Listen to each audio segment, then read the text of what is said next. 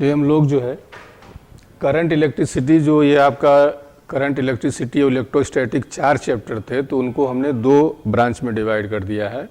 एक इलेक्ट्रोस्टैटिक में जिसमें जो 2 चैप्टर हमने रखे हुए हैं, ठीक, जिसमें कैपेसिटर है और कूलम्स लॉ वगैरह ये है, और दूसरा टॉपिक हमने अलग कर दिया है करंट इलेक्ट्रिसिटी, जिसमें किरचॉफ्स लॉ और इनके एप्लीकेशंस इलेक्ट्रिक कंडक्शन है।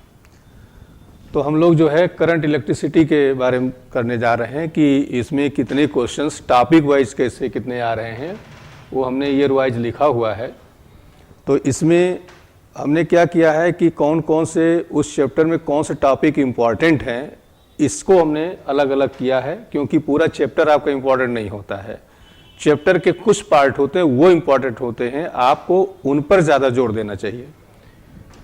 तो यहाँ पर जो है, जैसे अब हम लोग आ गए इलेक्ट्रिक कंडक्शन चैप्टर, इसको हमने 2 पार्ट 3 में डिवाइड किया है। तो इलेक्ट्रिक कंडक्शन में जो है, इसमें इलेक्ट्रिक करंट है। अब इलेक्ट्रिक करंट में जो एप्लीकेशंस हैं, इसमें 2010 से लेकर हमने 24 तक के क्वेश्चन सब रखे हुए हैं, लेकिन इसमें कोई क्वेश्चन आया नहीं है, ठीक। फिर भी हम ये कहेंगे कि थोड़ा इसको देखना ज़रूरी है, क्योंकि इसमें वेरिएबल और कांस्टेंट डाटा दोनों क्वेश्चन आते हैं। तो इसको एक बार देख लीजिएगा, कोई ज़्यादा टफ नहीं है। इसके बाद हम आते हैं ड्रिफ्ट वेलोसिटी है, करंट डेंसिटी है, और जो है आपका ये इन सब टॉपिक्स में केवल एक क्वेश्चन आया हुआ है 20 में 1 क्वेश्चन। फिर हम आते हैं ओम्स लॉ, इट्स एप्लीकेशन, जिसमें हमने रखा हुआ है रेजिस्टेंस रखा है, स्पेसिफिक रेजिस्टेंस रखा है, ये सारी बातें रखी हुई हैं। तो उसमें जो है क्वेश्चन जो आपका है 22 में आया है, 21 में आया है, 15 में आया है, 12 में आया है, 4 क्वेश्चन है। तो इसमें इनके ओम्स लॉ है, स्पेसिफिक रेजिस्टेंस है, ये सारी बातें हैं इसमें। और इसके बाद जो है इसी के एप्लीकेशन में ये क्वेश्चन काफ़ी आता है, लेकिन एक ही क्वेश्चन आया हुआ है कि रेजिस्टेंस हम लेंथ इंक्रीज कर दें, एरिया इंक्रीज कर दें, रेडियस इंक्रीज कर दें। इस पर जो है 5-6 क्वेश्चंस आपके फार्मूले बनते हैं। तो उसमें जो आया हुआ है, ये केवल एक क्वेश्चन आया है, लेकिन फिर भी ये आता रहता है, इंपॉर्टेंट पोर्शन में है। फिर हम लोग आते हैं dependence of resistance on temperature. तो स्पेसिफिक रेजिस्टेंस एंड रेजिस्टेंस का जो डिपेंडेंस है, जिसमें हम लोग फार्मूला पढ़ते हैं कि RT = R0 1 + alpha delta theta, इस पर जो क्वेश्चंस आए हुए हैं, ज़्यादा आए हुए हैं। ये आया 23, 22, 20, 20, ये 4 क्वेश्चंस में पूछे गए 2010 से लेकर 2024 तक का। तो ये आपका इसमें हुआ। फिर अब आते ये तो कंडक्शन चैप्टर, हम इसको 2 टॉपिक में हमने डिवाइड किया, कंडक्शन में और इधर करंट सर्किट आ जाते हैं। तो इलेक्ट्रिक सर्किट में जब आते हैं, तो इसमें हमने जो है सेल के बारे में, सेल में कोई क्वेश्चन यहाँ नहीं पूछा गया है। फिर किरचॉफ लॉ एंड एप्लीकेशन में, किरचॉफ लॉ में 3 क्वेश्चन हैं, 16 में 11 एंड 10 3 क्वेश्चन आप पे पूछे गए हैं। और किरचॉफ लॉ में जो फर्स्ट लॉ जंक्शन रूल है और उसका कंजर्वेशन एनर्जी का रूल है, इसी पे ज़्यादा क्वेश्चन आए हुए हैं। किरचॉफ लॉ का जो एप्लीकेशन है, उस पर जो है वो सब्जेक्टिव क्वेश्चन बनता है, ऑब्जेक्टिव नहीं बनता है। तो यहाँ ये जो क्वेश्चन आए हुए हैं, वही वाले क्वेश्चन हैं जो conservation charge, conservation energy, first law second law को बताते हैं। फिर इसके बाद हम लोग आते हैं problem based on I = total EMF upon total resistance. सबसे ज़्यादा क्वेश्चन आपके इस पे आते हैं। तो इसमें आपका 24, 23, 23, 23, 21, 18, 18, 19, 15, 13, 12, 12 एंड 11, टोटल 13 क्वेश्चन आपके पूछे गए हैं।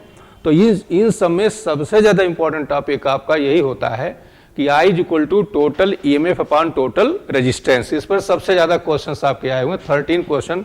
कहने का मतलब हो गया 10 से 24 तक हर साल एक क्वेश्चन आपका एवरेज आ रहा है ये, ठीक। फिर इसके बाद आते हैं grouping of resistance. Grouping of resistance में जहाँ पर हम लोग सीरीज और पैरेलल को पढ़ते हैं कि इसमें सीरीज क्या है, पैरेलल क्या है, उसमें जो टोटल इक्विवेलेंट रेजिस्टेंस फाइंड करते हैं, तो केवल 3 क्वेश्चन आए हुए हैं, 24, 21, 17, 3 क्वेश्चन इसमें पूछे गए हैं जो ग्रुपिंग ऑफ रेजिस्टेंस का है।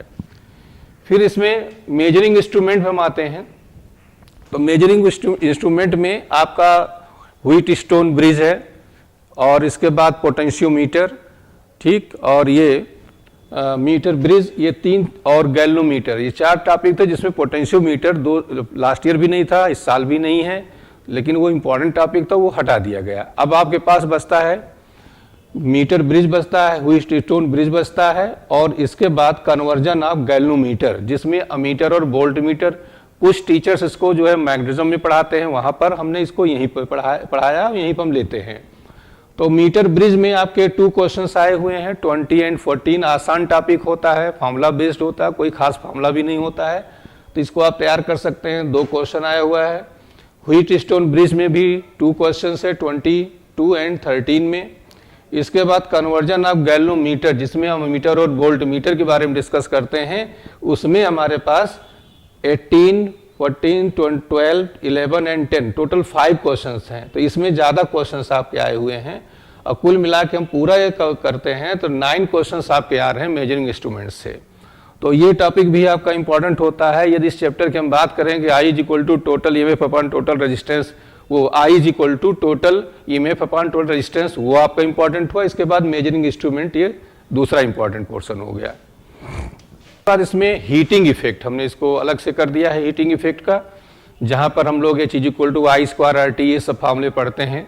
तो वहां पर जो है हीटिंग इफेक्ट में जो क्वेश्चन आया हुआ है 24, 22, 19, 19, 16, 16, 15, 12 एंड 11 टोटल 9 क्वेश्चन आए हैं।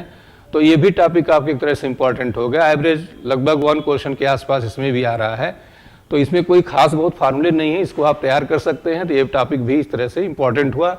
अब यहाँ आप देखिए ये जो ब्रांचेज पूछी जा रही हैं 24 में क्वेश्चंस आपके काफ़ी आ रहे हैं। इधर इस ब्रांच को ज़्यादा कवर कर रहे हैं। देखिए 24, 23, 23, ठीक। तो इधर ये क्वेश्चन ज़्यादा रहे, तो ये ब्रांच आपकी इंपॉर्टेंट समय चल रही है।